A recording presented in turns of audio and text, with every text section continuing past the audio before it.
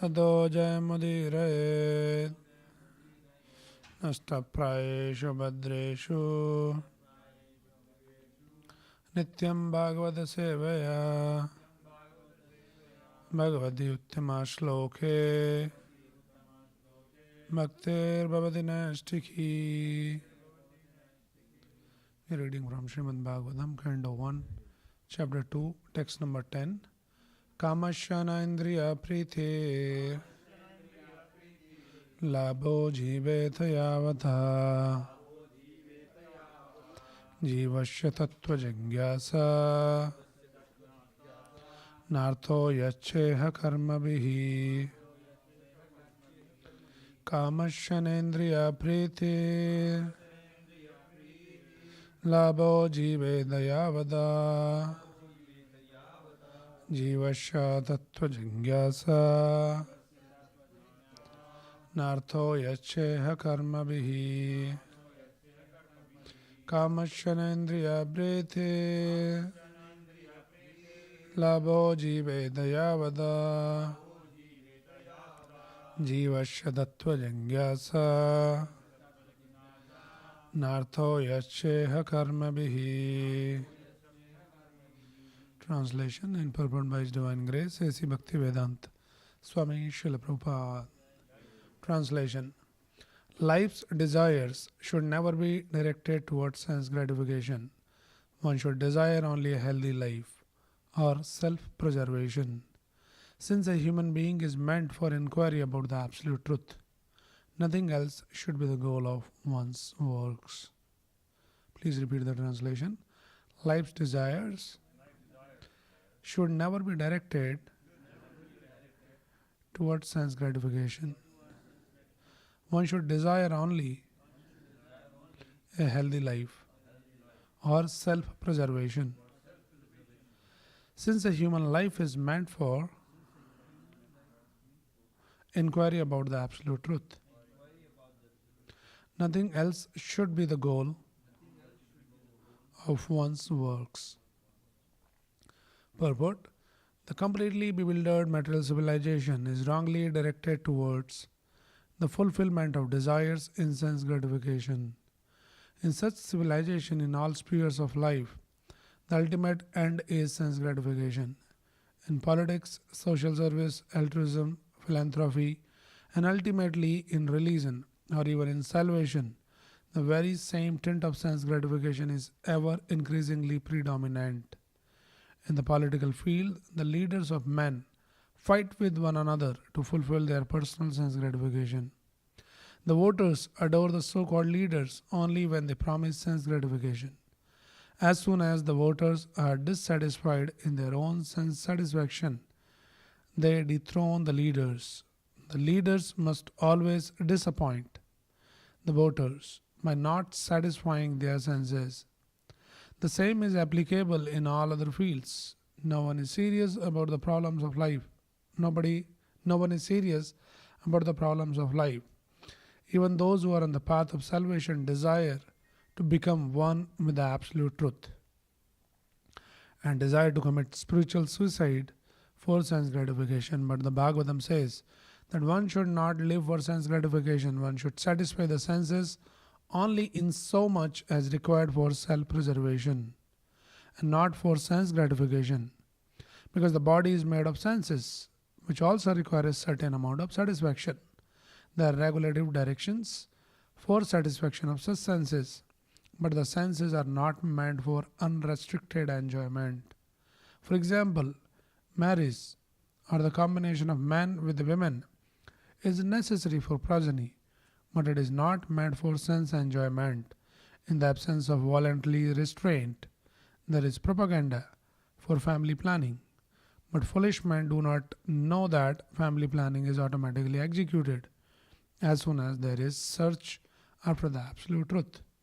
Seekers of the absolute truth are never allured by unnecessary engagements in sense gratification, because the serious students seeking the absolute truth are always overwhelmed with the work of researching the truth in every sphere of life.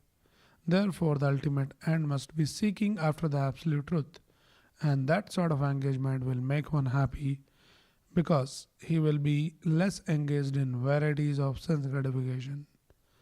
And what that absolute truth is explained as follows. This is the Bhaktivedanta purport. Om Ajnanatimirandasya Jnananjanashalakaya Chakshurunmilitam Yena Dasmai Shri Gurave Namaha Namam Vishnupadaya Krishna Prestaya Bhutale Srimate Bhaktivedanta Swamin Nidinamine Namaste Saraswate Deve Gauravani Pracharine Nirvisesha Shunyavadi Bhasha Dadeshadarine Jai Shri Krishna Chaitanya Prabhu Nityananda Shri Advaita Gadadhara Shri Vasadi Gaura Bhakta Vrinda Hare Krishna Krishna Krishna Hare Hare Hare Rama Rama Rama Hare Hare. Hare Krishna, Jai Srila Prabhupada. So we are reading this section, all important verses. And this is the continuation of the previous verse we discussed. Dharmasya hi apavargasya. So dharma is meant for apavarga.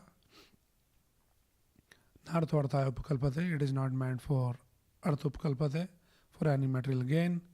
If you have some material gain also, then that material gain, if you are interested in serious spiritual path, then that narthasya dharma ekantasya. So this material gain should not be used for kama. Kamolabhahi smrataha. So that was the previous verse, and in continuation of that, so this kama means the desire. So here it is continued as kamasya na indriya priti. Our desire should not be for indriya priti, for sense gratification. So life's desire should never be directed towards sense gratification. Labho jiveta yavada. But since we already have some senses, some basic requirements are there. So yes, one should desire only a healthy life for self-preservation. As much as is required, that much we should do, but it should not be for sense gratification. But then, what we should do? Jivasya tattva jigyasa. There should be tattva jigyasa.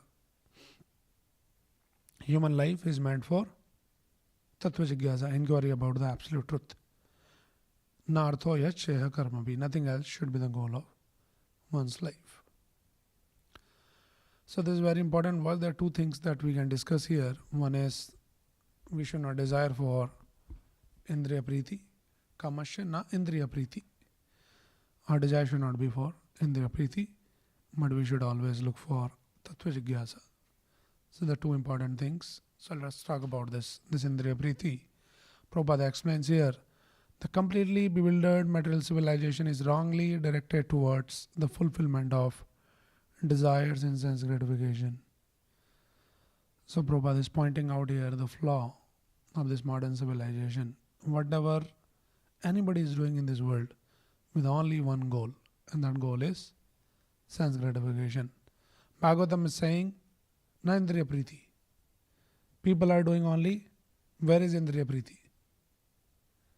So much of indriya priti, so much of exploration and inventions and options has been created for a living entity to gratify the senses. It is just against what the Bhagavatam is saying. Prabhupada writes here, no one is serious about the problems of life. And then Prabhupada lists out, no one means no one. Even those who are on the path of salvation, they also don't understand the problem of life. Even those who are on the path of salvation are also actually indirectly interested in sense gratification. What kind of sense gratification? The desire to become one with the absolute truth and desire to commit spiritual suicide for sense gratification. So as per the standard of Srimad Bhagavatam, even looking for salvation, the liberation, which liberation? Sayujya Mukti, going and merging into Brahman, becoming one with the Lord, is also categorized as sense gratification. That is why Prabhupada is saying nobody is serious about the problems of life. Even the so-called spiritualist They also don't understand. They're also after sense gratification. Even the politicians, they promise sense gratification. They write literally sometimes in their manifesto that if you choose us, if you win, we'll give you this something, sense gratification. Before the elections, they go and they distribute the free liquor bottles to give the confidence that, we are so nice. We are giving free sense gratification. And once we become that, then everything will be free for you. You enjoy. Free this, free that, all these freebies. So this is what is all about this modern civilization is. So politician is talking about sense gratification. And Prabhupada is pointing out very aptly here. Even the voters also, unless the politicians promise the sense gratification, they'll not vote you. They'll not give you the vote. If say some devotee, he wants to fight the election, and he says, if I become the leader, then I'll create the opportunity for everyone to practice Krishna consciousness. We'll create more opportunity for, Bhagavatam classes, chanting Hare Krishna. He will be the last person. Probably he will get one vote by himself. Right? So unless the politician promise the sense gratification, even the public will also not give him the vote. This is the irony of this modern civilization which Prabhupada is bringing out here. So the sense gratification is required, but Prabhupada is saying only in so much as required for self-preservation, to maintain yourself healthily, maintain body and soul, not for sense gratification. Because the body is made of senses which also require a certain amount of satisfaction. There are regulative directions for satisfaction of such senses, but the senses are not meant for unrestricted enjoyment. So this is the point here. So last time we discussed that regulated sense gratification is allowed. What are the three things we discussed? Okay, sense gratification should be, you apply these three filters, it should be sanctioned, then sanctified, and also it should be regulated. So this kind of sense gratification, this much is allowed. Even Krishna also says in Bhagavad Gita, the verse, he says, Dharma viruddha bhuteshu kamosmi bharatarshavaha. Something which is not against the dharma. That much kama, it is me actually. So sense gratification is not wrong, but unrestricted sense gratification is condemned in the scriptures. So it is labho jiveta yavada. For self-preservation, it is okay. But beyond that, it is condemned. Why sense gratification is condemned? So let us understand from Prabhupada's teachings. This famous song, Vaishnava song, explains that why it is condemned. Hari Hari bifale janam agonainu. Manushya janam paiya Radha Krishna na bhajiya janiya shuniya vishakainu. So the Acharya explains that bifale janam agonainu. Safal and bifal. So this janam, this human form of life, which is something very, very rare, very precious, it has become bifal. How it becomes bifal? Bifal means it is not successful. Manushya janama paiya Radha Krishna Ramajiya. Having attained this human form of life, if somebody is not seriously engaged in serving Radha and Krishna, then janiya shuniya vishakainu. Then knowingly you are eating vish. You are eating poison. So if you are not interested in Radha Krishna Bhajiya, interested only in sense gratification, you are knowingly eating poison.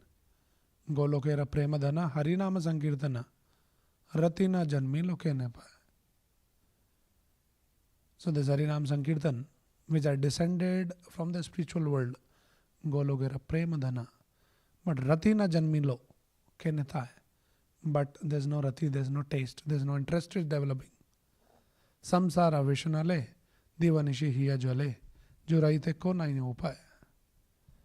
So, day in, day out, heart is burning from the fire of poison of worldliness. So if we are so much absorbed in sense gratification, there is no interest, there is no taste for the holy name which are descended from the spiritual world. We are not engaged seriously and sincerely in Radha Krishna Bhajiya, then Janiya Vishya, Janiya Shunya Vishakainu. This is considered as eating poison knowingly. So this is what the sense gratification is all about. In another song, Vishaya Vishama Visha Satat Khainu Gaura Kirtana Rase Magana Nahainu.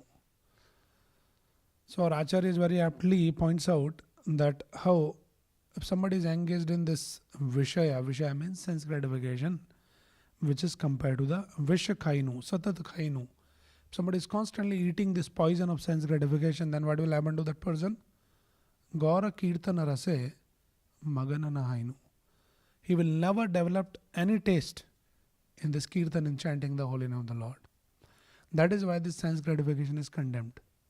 Yes, one can do sense gratification, but those who are seriously interested on the spiritual progression, spiritual path, for them it is very, very deteriorating. One should not think of even sense gratification, otherwise we will never be able to develop the taste for chanting the holy name. And it is so nectarian, the holy name is so nectarian, that even the Lord himself personally descends to relish the taste in the form of Chaitanya Mahaprabhu. Chaitanya Mahaprabhu comes, he wants to taste the holy name. And that is how he started this Sankirtan movement personally. Right. So this sense gratification is condemned. And also we should understand what is the nature of this sense gratification. Can it satisfy us? Let us see from the Bhagavatam what Bhagavatam says. So Prahlad Maharaj explains this famous verse, Yan mathunadi grahmedi sukham hiducham kandu yanen karayor iva dukkha dukkham tapyanti neha kripana bahu dukkha bhajaha kanduti van manasijam vishahe dadiraha. So this sense gratification, this mathunadi, which grahamedi, those who are grahamedis, they're always looking for sense gratification, always engaged in sense gratification, thinking that this will give us the happiness, sukham. But yes, it will give you the sukham, but the sukh is sukhami tucham. It is tuchya, insignificant pleasure. This is the nature of this sense gratification. It is just like this example is given. Kandu yanen karayor. Kar means the hands. When there is an itching sensation in the hands, when you rub, you scratch, you feel good, oh yeah, I'm feeling good. But that will result in what? Dukkha dukkha. Dukkha dukkham. It will worsen that itching, and it might result in even, making it into the wound. So what seems like it is giving us some enjoyment, this sense gratification, but we should understand from the Bhagavatam that it will result in more miseries. Dukkha dukkham. Trapyanti neha kripana bahu dukkha bhaja. Kanduti van manasijam. So this sense gratification is nothing, but it is just manasijam. Manasijam. It is generated by the mind. Mind only creates, if I get this, I'll enjoy. I was talking to someone who is practicing Krishna consciousness, practicing devotee. And then, very honestly, this devotee was sharing. And basically, the devotee was asking and also sharing and asking that why it happens. These desires sometimes comes. You understand everything. You have been practicing Krishna consciousness. So there was some bhoga, something was there, and suddenly there is a temptation to eat. Now there is constant, the battle in the mind. Shall I eat it or not? Eat it or not? So one mind is saying, oh no, you should not eat bhoga. But probably that time, that person was hungry. And when you are hungry, you are already compromised. Right? And then at that moment, that devotee ended up eating that bhoga. And immediately after eating, there was a feeling of that guilt.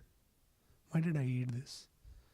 So what happens, this manasijam, the mind gives you the idea in that moment that you eat it, it will be so delicious, it will be so much of enjoyment. But after eating immediately, is really what enjoyment? I would have eaten better something else, some prasadam or something else.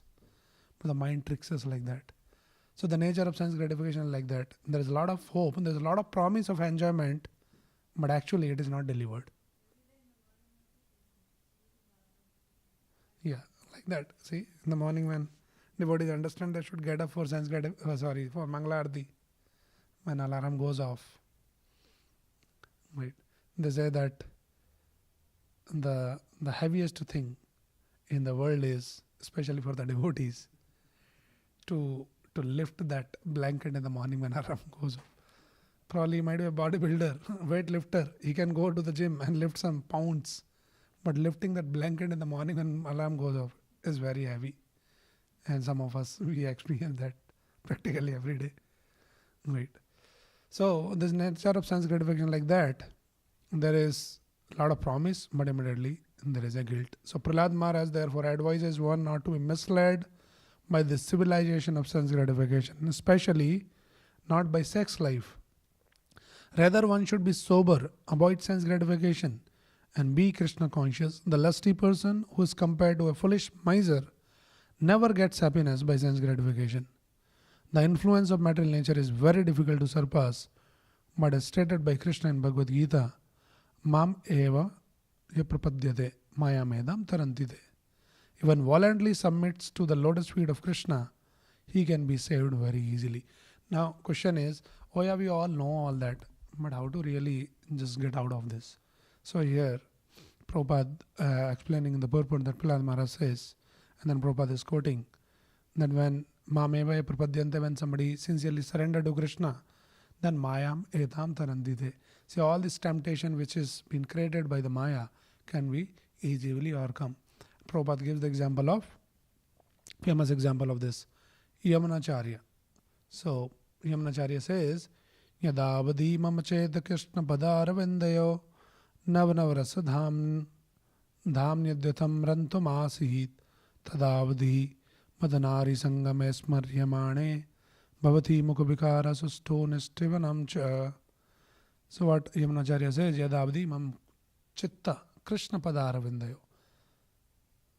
From the time my mind is absorbed in Krishna Padarvinda, the lotus feet of Krishna, and from that time on, Navarasa Dhamni, Udyatum, Rantum Asit, I'm constantly relishing newer and newer rasas. And Tadavdi, from that time on, But Nari Sangame Smaryamane, if I think of Nari Sangam, that even associating with the opposite sex, even that smaran comes, that thought comes, Bhavati Mukha Vikara, Sustu, I just, my face turned into distaste, and I spit on that thought. He spit on the thought, not on the Nari. Some people get offended, hey, how you can spit on somebody like that? What he's saying is, spit on that thought. Means basically, he rejects the thought itself, because so much is relishing. So, why this sense gratification is there? I always use this example of like somebody is hungry. The hungry person has to eat something, right? If you don't eat any healthy food, you will end up eating the junk food. What do you have to eat? So we all are Satchidanand. We are part and parcel of the Supreme Lord Satchidanand. So being blissful, enjoy that Anand, Anandamaya Abhyasa, that is our constitutional position. We need some Anand, some pleasure. But if we don't know what is the healthy food, what is the right pleasure is in connection with Krishna, serving Krishna. Jivera Swarupo Nitya Krishna Das. So if you don't do that, then you are bereft of that enjoyment. You look for somewhere, and we end up taking the junk food, which is sense gratification. So it is very, very important that we understand all of those things, and gradually we engage ourselves more and more and develop some taste for chanting, for reading, for Krishna conscious activities. If we don't develop the taste, And as Prabhupada is saying, it's very important for all of us to understand. Prabhupada says that no one means it sometimes includes even the devotees, practicing devotees. Sometimes we might become very ritualistic. That okay, morning you get up, you come for Mangala Arti, and Mangala Arti we are lost. Samsar Dhavanal is going on here, another Dhavanal is going on in the mind. You just put on your hand in the chanting bag, and it is like a switch on. Switch on and thought. So many things are going on if we are not careful. So we should sometime contemplate that what kind of chanting I'm doing, what kind of sadhana, what kind of reading. Sometimes reading also becomes like a tick mark. Chalo done, half an hour reading. And as soon as you close the book, everything is gone. What did you read? Say I read. That is enough. I don't remember anything. So we should understand because there is somewhere the taste. They say that when there is a taste, there is attention.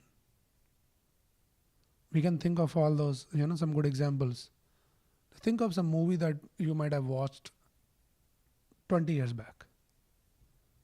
Like time on my childhood, like Sholay. And it would have been like more than even 20 years, maybe 25, 30 years. You watched that movie. At least one or two dialogues I can even recall today also. After 20, 30 years. It's not like that I've been practicing it. I've been, revising it. What is the dialogue? But so much of, that absorption was there. Taste was there. We remember. So when there is a taste, automatically there is attention. If we are not able to give attention to reading, chanting, hearing, it means we should conclude that there is no taste for all of that. So we should be very, very serious about how to develop the taste. Like that. So when there is taste for Krishna Katha, there will be no taste for sense gratification. So kamasya na indriya priti. Then what should we do then? So purpose of human life is explained here in the Srimad Bhagavatam. This famous verse. Labdva sudurlabham idam bahu sambhavante manusyamarthadam manityamapi hadiraha turnam yatedana badeda mrityo yavan nisrehashaya vishaya khalu sarvatashyat. So it says labdva sudurlabham. We have attained this sudurlabh. What is the sudurlabh? Extremely rare. This human form of life. Idam bahu sambhavante. After many, many different types of, on the births we have taken. And now we have taken this human form of life. Manusham. And this Manushya Jivan, this human form of life is said here as Arthadam. It can give a lot of meaning. So we should utilize that for that purpose. Turnam, yateta. Turnam means immediately. Yateta, yatan. We should put the endeavor immediately for what? Nisrehasaya. Something which is shreya. Something which is very, very, meaningful for that. Turnam pateta na yateta yavat. Before this body falls down, it dies. We should put the endeavor for this nisrehasaya. Because Vishaya, the sense gratification is Khalu Sarvatashyat. Sense gratification available everywhere in any space of life. In the previous class also we were discussing that Rishabdev says, what he says? Kastan Kaman Arhate Bidbujaniye. Sense gratification is there for everyone. Hawks, dogs, animals, insects. And the same thing is said here. Vishya Khalu Sarvatashyat. This Vishaya, sense gratification, is available in every species of life.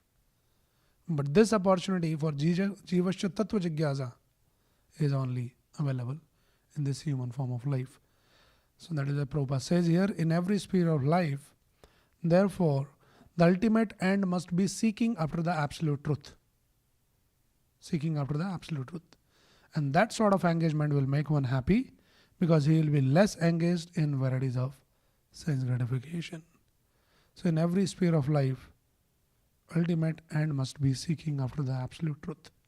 Jivasya Tattva Jigyasa. So let us talk about this Tattva Jigyasa. What is this Tattva Jigyasa? We'll spend some few minutes to understand this Tattva Jigyasa. So when Rupa Goswami met Chaitanya Mahaprabhu, After offering his obeisances, what he says? The famous verse, Ke ami ke ne amaye jake tapatraye. So this is called Tattva Jigyasa. Tattva Jigyasa means, who am I? What is the goal of this human form of life? Why I am suffering these threefold miseries in this material world? So when Rupa Goswami met, he started asking. So basically he is teaching us that what is Tattva Jigyasa and what should be the inquiry. Right. So Rupa Goswami says this.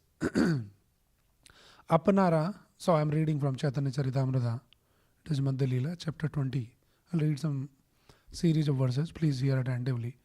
This is Tattva Jigyasa. Apanara hita hita kichu nahi jani, gramya vyavare pandita tai satyamani. I do not know what is beneficial for me, what is detrimental. Nonetheless, in ordinary dealings, people consider me a learned scholar. And I am also thinking of myself as much. As such, Kripa kari yadi more, kariya chodhar, apana kripate katha, kartavya amar.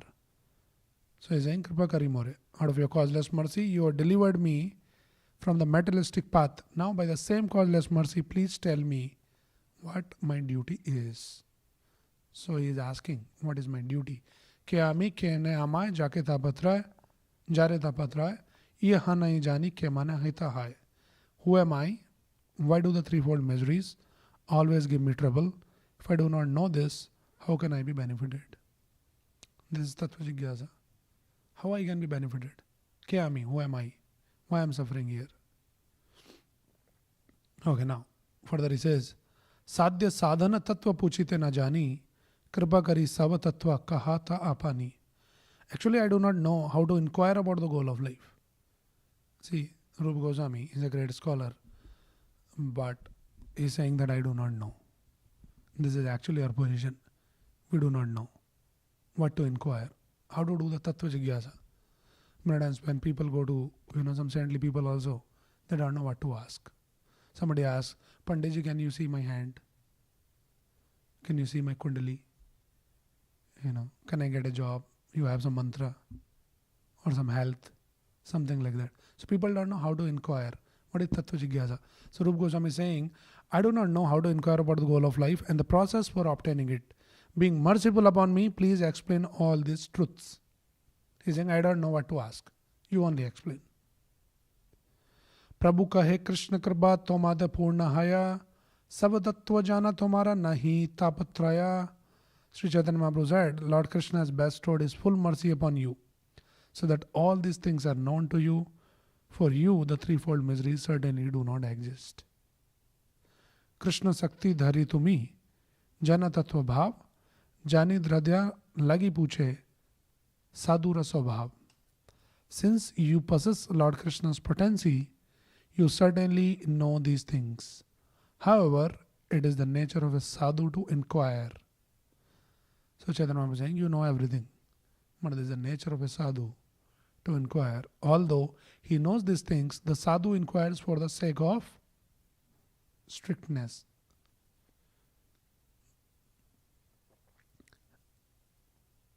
Yogya patra hao tumi, bhakti pravartaite krame sabatattva shuna kahiye tomaide.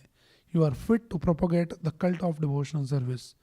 Therefore, gradually hear all the truths about it from me. I shall tell you about them. So now Chaitanya Mahaprabhu is saying, you are the right fit, you are blessed, Krishna has bestowed the mercy, and that is why you are qualified. Now listen from me. Now listen the tattva. There are many different kind of tattvas has been explained. So what he says, the famous verse. Jivera sarup hoy Krishnera nityadas, Krishnera darashtra sakti bheda bheda prakash, Suryam shak kirana yaiche agni jwala chai, Swabhavike Krishnera tina prakara shakti hai. So here is the tattva that we all should remember. Jivera sarup Nityera Krishna Das. It is the living entity's constitutional position to be an eternal servant of Krishna. Because he is the marginal energy of Krishna and a manifestation simultaneously one and different from the Lord, like a molecular particle of sunshine or fire. Krishna has three varieties of energies. So what is the example used here? Two examples are used. What is our position? What is the Jeev Tattva? What is the Jeev Tattva? Sleeping soul. We read already. Jivera Swarupa Nitya Krishna Das. That is the Tattva. We are part and parcel of Krishna, like sun and the sunshine and the fire. There are some molecules, that fire particles. So like that, we are all Amsha of the Lord. Simple. This is what is our Tattva. But also, Krishnera Tina Prakara Shakti Haya. Krishna has three kinds of energies. So this is one type of energy only, Jeev Tattva. Let us see that what are the three types of energy. Let us understand this Tattva. Ekadeshasti Sasyagner Josna Vistarani Yadha Parasha Brahmana Shakti Statedam Akhilam Jagat. So this is also given the example. Ekadesha Stitagnyar. In one place, Stit. What is that? Josna. Josna means the fire. Fire is in one place, but Vistarini Yatha. But light is spreaded all around. Parasha Brahmana Shakti Tathedam Akilam Jagat. So this example is used here. Just as the illumination of a fire which is situated in one place is spread all over, the energies of the Supreme Personality of Godhead, Parabrahman, are spread all over this universe. So this is the verse from the Vishnu Purana. So let us see that. What are those different Shakti energies which are spread all over? Okay, so Krishna says, here Chaitanya Mahaprabhu says, Krishnera Swabhavika Teen Shakti Parinati. There are three types of Shaktis. Krishna has three Shaktis. What are the three Shaktis? Anybody knows?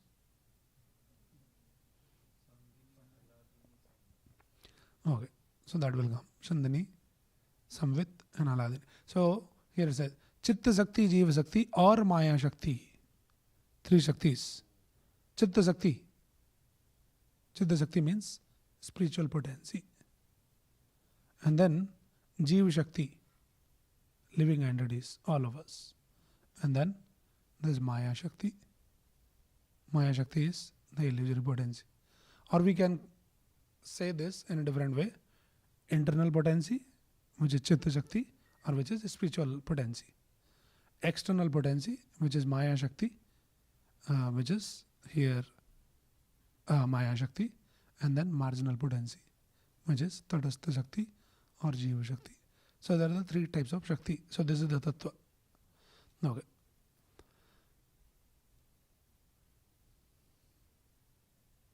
So here it says, originally Krishna's energy is spiritual, and the energy known as the living entity is also spiritual. However, there is another energy called illusion, which consists of fruitive activity. That is the Lord's third potency. And then he explains further.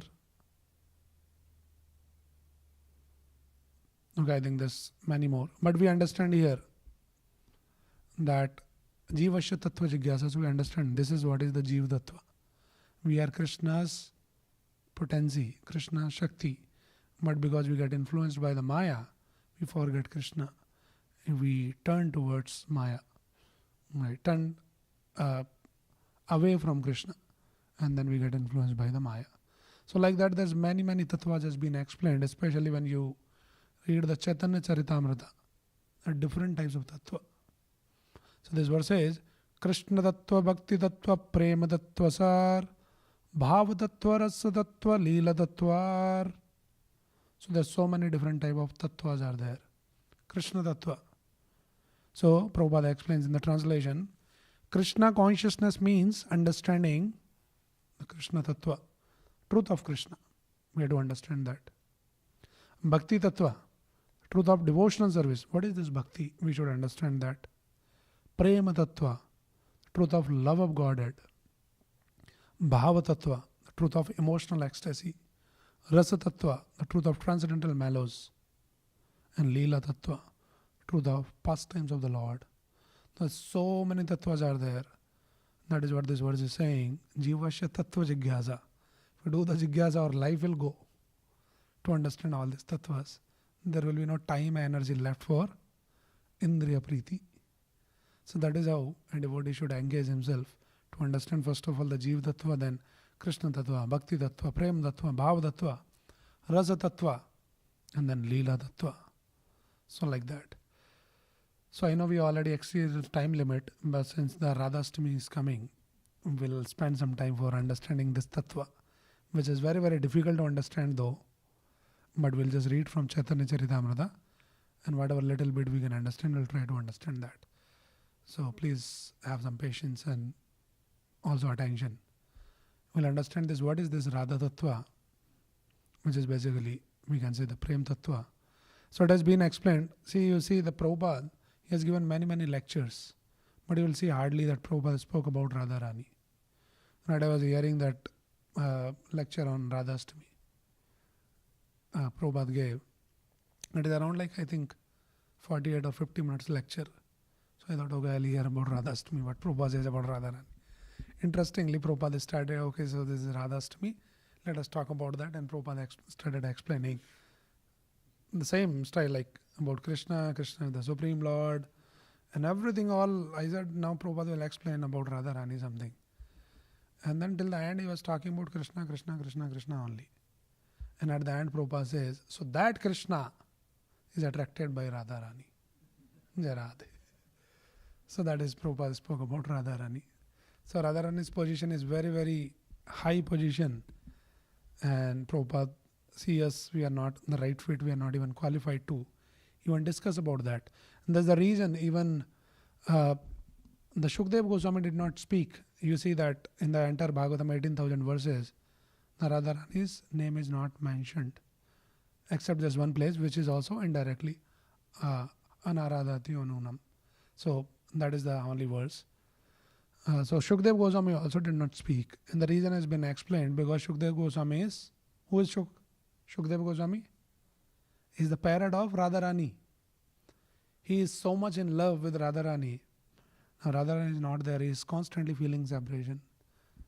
So he was very conscious that now Parikshit Maharaj is sitting here.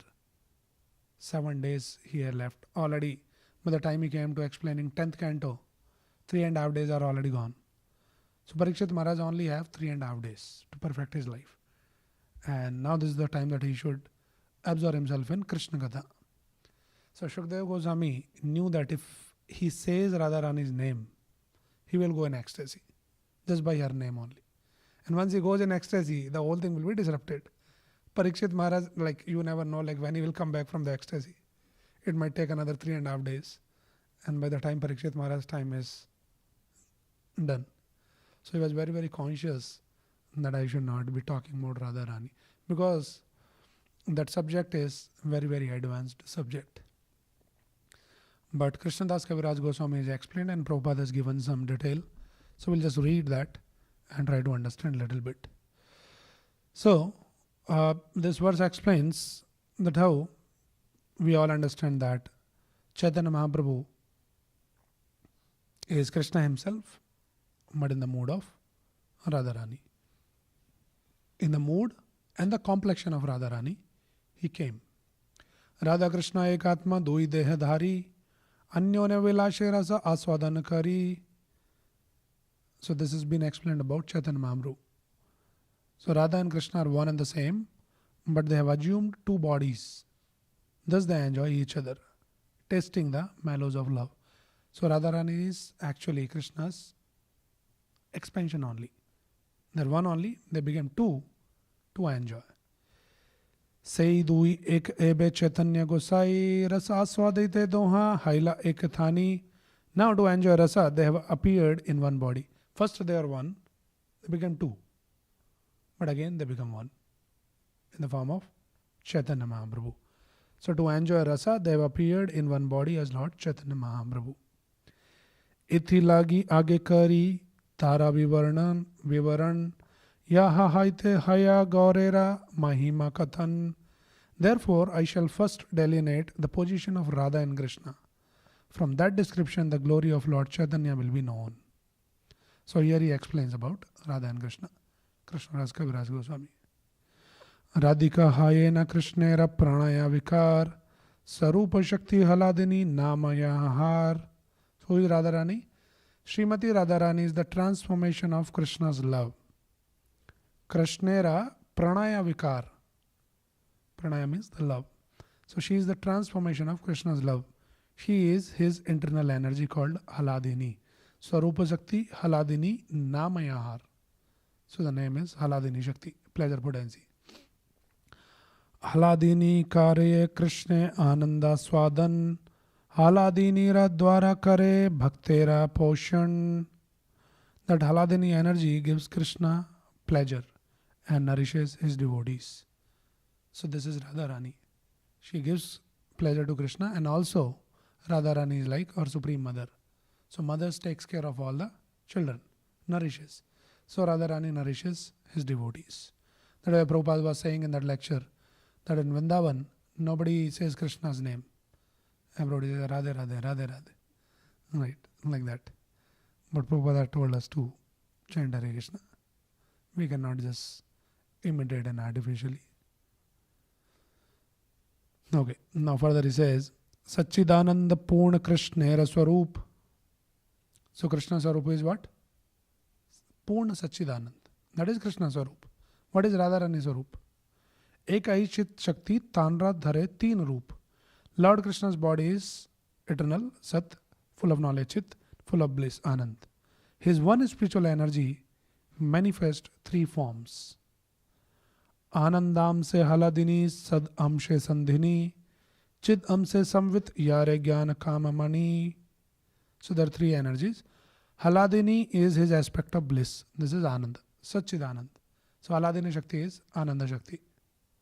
Sandhini, Sandhini of eternal existence. That is Sat, and Samvit of cognizance. Cognizance means Chit, full of knowledge. So Samvit, Sandhini and Haladini, Sat, Chit and Anand, which is also accepted as knowledge. Okay. A little bit, few more verses and then we'll close. Sandhinira Sara Amsha Shuddha Sattvanam Bhagwanera Sattvahaya Yahate Vishram. The essential portion of the Sandhini potency is Suddha Sattva. Lord Krishna's existence rests upon it.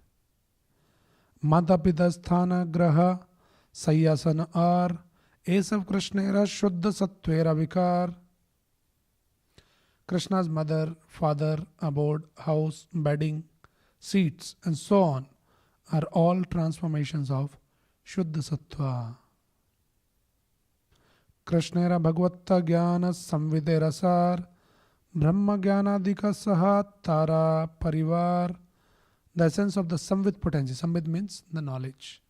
Essence of Samvit potency is knowledge that the Supreme Personality of Godhead is Lord Krishna. What is the knowledge? This is the knowledge. Vedescha sarvar aham eva vedyo.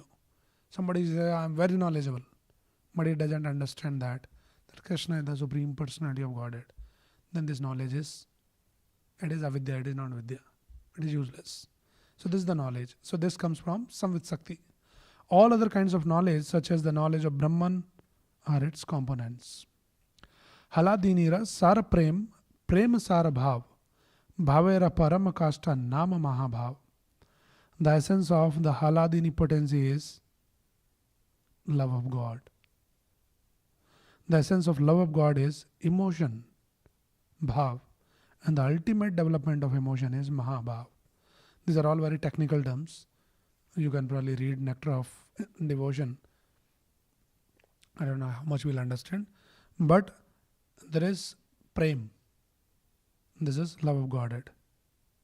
That is the essence of Haladini, Shakti. But then essence of love of Godhead is having the emotions, the Bhav. And the ultimate development of emotion is Mahabhav. So there is a Prem, there is a Bhav, there is a Mahabhav. Like that. It's going up. Now don't ask me all that to explain all the technical things. I myself don't know. I'm just reading this. Mahabhava Swarupa Shri Radha Thagurani. So this is the verse which is explaining the position of Radharani. Mahabhava Swarupa Shri Radha Thagurani Sarva Guna Khani Krishna Kanta Shiromani. Shri Radha Thakurani is the embodiment of Mahabhav. So there is a Prem, there is a Bhav, and there is Mahabhav. So embodiment of the Mahabhav is Radha Thagurani. She is the repository of all good qualities and the crest jewel among all the lovely consorts of Lord Krishna. Sarva Gunakhani, Gunaki Khan, all the good qualities. Krishna Kanta Shiromani, Krishna ki Kanta. And among the Kanta also, Kanta means the lover, the damsel, like the consort. In that also she is the Shiromani. She is the crest jewel of Krishna's lovers. Krishna has many, many consorts. But the top is Radharani, and she is Sarva Gunakhani. She has so many good qualities. Of these two gopis, Radharani and Chandravali, Srimati Radharani is the superior in all respects. She is the embodiment of Mahabhav, and she surpasses all in good qualities. Her mind, senses and body are steeped in love for Krishna. She is Krishna's own energy, and she helps him in his pastimes. Ananda Chinmaya Rasa Pratibhavitabis. So this has been explained as Chinmaya Rasa. So she explains, she helps Krishna to enjoy the pastimes. Now please listen to how Lord Krishna's consort help him taste rasa and how they help in his pastimes. So like that it goes on, but now we understand at least a little bit of Radharani, Radha Tattva. So Radharani is Sarva Gunakhani, Krishna Kanta Shiromani. She is the crest jewel of Krishna's all the consorts, all the great spiritual qualities. She is the Aladini Shakti. She gives pleasure to Krishna and also nourishes all the devotees. So that is why it is very, very important and that we pray to Srimati Radharani. As Prabhupada says, that if somebody is recommended by Radharani, then Krishna also cannot say no. So we should have Radharani's mercy. So on this upcoming festival, Radhastami, we can pray to Radharani, we can read more. So this is from like the Adi Leela 4th chapter, the confidential reason of Chaitanya Mahaprabhu's appearance. So you can read that chapter and these verses are there. So we just get some understanding and some absorption. And then we should chant Hare Krishna mantra. So in the Hare Krishna mantra, Radharani is already there, Hara, the Shakti, so Aladini potency. So we can, while chanting Hare Krishna mantra, actually we are praying to Radharani. So we are not to do anything additionally as such. We should definitely read all this what Prabhupada has given and sincerely chant and chant more on the festival day, remembering Radharani and then beseeching the blessings of Radharani. Okay, so we'll start with this. Hare Krishna, Jai Srila Prabhupada ki Jai, Granthra Srimad Bhagavatam ki Jai, Nidai Gaur Premanande, Hare